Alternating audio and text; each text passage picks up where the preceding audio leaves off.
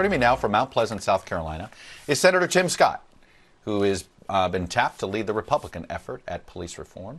Senator Scott, welcome back to Meet the Press, and I just want to get your reaction to what you've seen in Atlanta in the last 48 hours and what you make of the swift action that has already taken place with the firing of the police officer and the resignation of the police chief.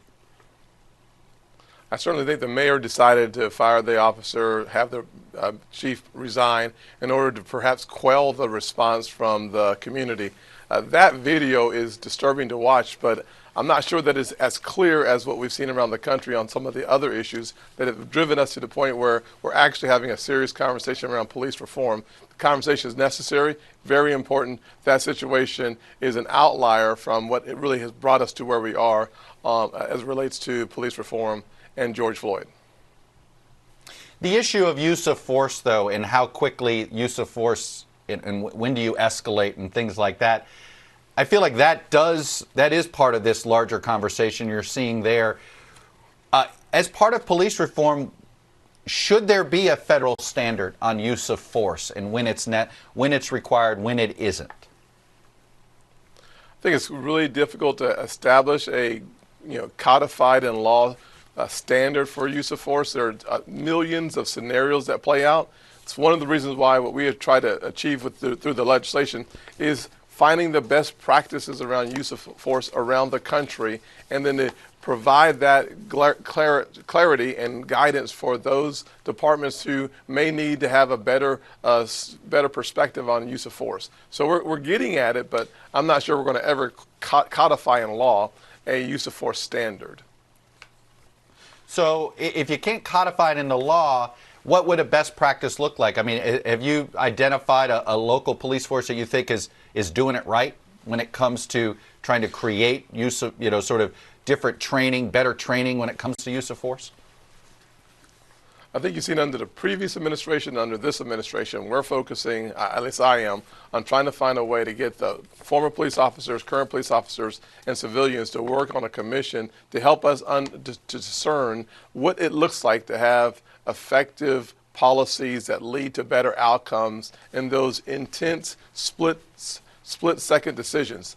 That's what we're achieving through our commission that studies the use of force and the best practices around it. There are other aspects of it that we can be more clear on, like the chokehold. This is a policy whose time has come and gone, and we try to tackle that on the local level. The House policy tackles that on the state level. I think the president's looking at a national perspective on that from his executive order. But every single aspect of all three levers want to tackle the issue of chokeholds. And that's part of that entire conversation around the de-escalation of force. I want to show here quite a few local and state communities have already enacted reform measures. 6 states have done either the governors have issued executive orders or their legislature has passed some reform, signed them into law, and a whole bunch of communities that we're going to show in a scroll or police departments have instituted different things like a ban on the chokehold. For instance, I know Miami-Dade did that among others. But on the federal level, what has the most momentum here? What is the most consensus? The Democrats want to create a national registry to track police misconduct. They want to end no-knock warrants. You already talked about chokeholds, and they want to reduce qualified immunity for police officers. Of those 4 priorities, and we're going to, like I said, chokeholds, there's a lot of consensus. Where are you in the other 3? Well, on no-knocks, we certainly want to understand there's no actual database on no-knocks. We don't know when it's used, to whom it's used against. We don't know the race, the sex, the age. We know nothing about no-knocks except for the Breonna Taylor situation that was tragic without question. So I want to take the Breonna Taylor case and have an act that requires more data to be provided so that we can actually come out with policies that are consistent with the best use of no-knocks or the elimination of no-knocks. We just don't have the information to get there. I know that the House bill says, let's just eliminate it for drug cases, but we have no information that supports that that is the best way to go. I'm interested in having that conversation. If we get to the end of the road and we have a negotiation, that will be on the table, whether it's a local or state approach on chokeholds, that will be on the table, whether there's a national registry, a state registry, or a local department by department registry around the misconduct, that will be on the table as well. So there are approaches that are very similar and somewhat different at the same time. I think we're going to get to a bill that actually becomes law. I was just going to say, it seems as if your disputes are more in implementing the goal, implementation to get to the goal, whether it's whether it's financial incentives to encourage change versus mandates. Is that the? Do you think there are more disputes sort of on implementation than on the larger goal? Well, Chuck, let me just put some skin on that comment you just made. So the House bill reduces money or takes money away from states on the chokehold issue. We take it from the departments, department by department. On the qualified immunity, something that you mentioned, I would be interested in decertification of officers. The left says that's a union issue that's kind of hard to get at.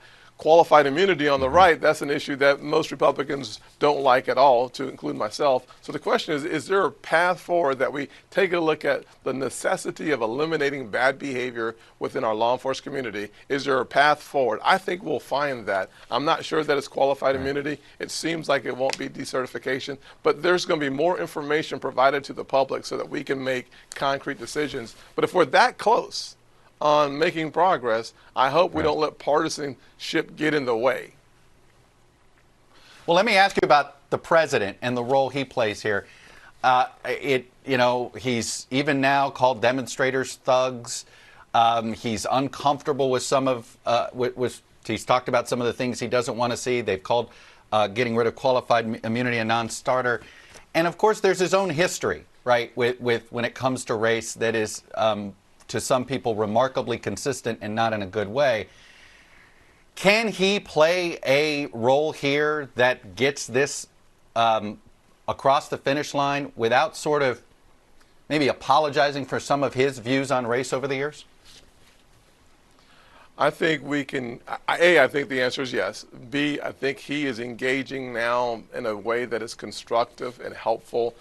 C, the executive order that will come out, I think, on Tuesday really does reference a national database, strengthening a national database on police misconduct, from my understanding. It also talks about the importance of co-responders from a mental health perspective, that both law enforcement and communities like that approach. So I think he's weighing in at the right time in a constructive manner. I'll look at yesterday's speech at West Point, where he talked about the powerful institutions of authority in this country and how they eliminated desegregation, broke the back of it, how the Civil War led to the freedom of African Americans in this country.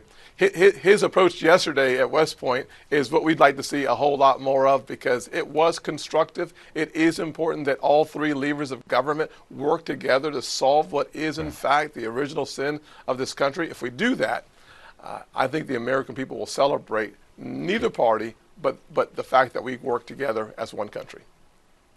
Senator Scott, considering that the Trump campaign sort of ended up planning a rally in Tulsa, of all places, on Juneteenth, they've since moved it.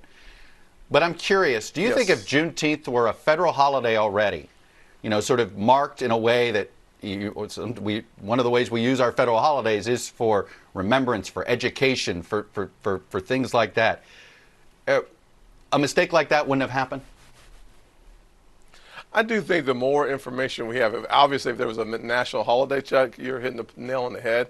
We would all know about Juneteenth. We'd all have an opportunity to celebrate it, and frankly, there would be fewer mistakes on that day. One of the aspects of our legislation, frankly, is providing resources in a very similar fashion as it's done at the Holocaust Museum. We want to do something at the African American Museum to celebrate Juneteenth and the Tulsa, Oklahoma race riot, and 100 years ago next year. We think the more education and information that we provide, the better people behave in all corridors of this nation, but specifically within the law enforcement community. So we have an opportunity to do that in our legislation. We provide some resources for that historical perspective and understanding that I think what about a federal holiday? Closer together. Well, listen, I'm open to it. I've been talking to some of my friends throughout the country, including at the White House. I think that's a brilliant idea. The conservatives in the House seem to be interested in that. So you never know what may happen.